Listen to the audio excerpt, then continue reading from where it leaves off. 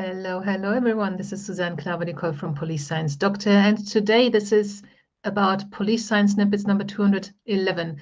A few days late because really this was supposed to go out on the 17th of December. It's coming a few days late because last week's episode was basically streamed with no audio, so I had to redo it, but I only redid that this week. So I streamed that on Tuesday instead.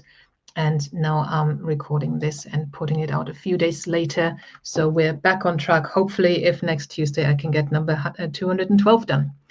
So police science snippets are little nuggets of research findings in the fields of police science, evidence-based policing, investigative psychology that I think can be applied by law enforcement practitioners, frontline and back office workers straight away, hopefully, because I go through a lot of articles every week and I try to find ones that are not very theoretical, not very abstract, not talking about methodologies, etc. I think I want something that's practical, hands-on, something you can implement or start implementing straight away. And then I put them out on here because the whole purpose of Police Science Doctor is to bring the research findings that are published in academic articles that you don't have access to you guys, the frontline people. So here we've got 211, 11th edition of the Police Science Snippets. The first one is about trauma and impulse control. Traumatic stress exposure in childhood predicts diminished impulse control. Deviant peer association significantly mediates the relationship between traumatic stress exposure and impulse control, and accounting for about 25% of this relationship. So that maybe special interventions and support for traumatized children should be put in place as part of a routine crime prevention practice. The second snippet for this week is about increasing police recruitment. How do we increase it? Participants who read a vignette of a police officer speaking about her life and not just speaking about her job were more interested in becoming a police officer themselves than those who read a vignette about an officer speaking only about job and action related or oriented things. So that's something to keep in mind about how to recruit. So a vignette is just a little scenario that's written down, but you can implement that in various different ways when doing your recruitment. So when you've got people talking about the role of a police officer, also make sure they talk about their own life as well. That's basically what this research is finding.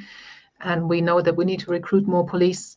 And the third snippet for this week, 211, is police encounters and mental health. Existing literature has pointed to a connection between policing and adverse mental health outcomes.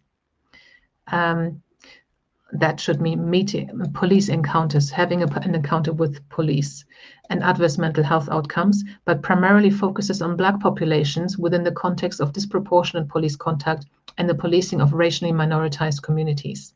It has now been found that police encounters have an adverse effect on mental health irrespective of the individual's race, age, or country. Okay, quite devastating. When I go through all these different, many different articles to try and find three that I can bring to you, I mainly just read the abstract. And in the abstract for this particular one, I couldn't tell if they're talking about any kind of police contact or police contact as a potential suspect. So obviously, if you're a victim, if you're a witness, if you're the reporting party, if you call the police, I don't know if that was taken into consideration here. So that if that is something that interests you, then do read up about it, because actually that particular article, you can access the whole thing. When you get the email, the email has already gone out, so you should have gotten the email with that, with Police Science Snippets number 211 is the third one, and that's actually open access. You can click on the link, it will take you to the entire article. You can work through the entire article and use it as you see fit. So hopefully there was something relevant to your role today there. If not, then go to the read page on the Police Science Doctor website and find something that will be relevant to you among the many PDFs on there. Until then, I wish you a fantastic week, and I'll see you again. Hang on, I'm clicking into the wrong area. I'll see you again next week on Tuesday, hopefully. Thank you very much. Bye-bye. Thank you for watching. I hope you found this content useful.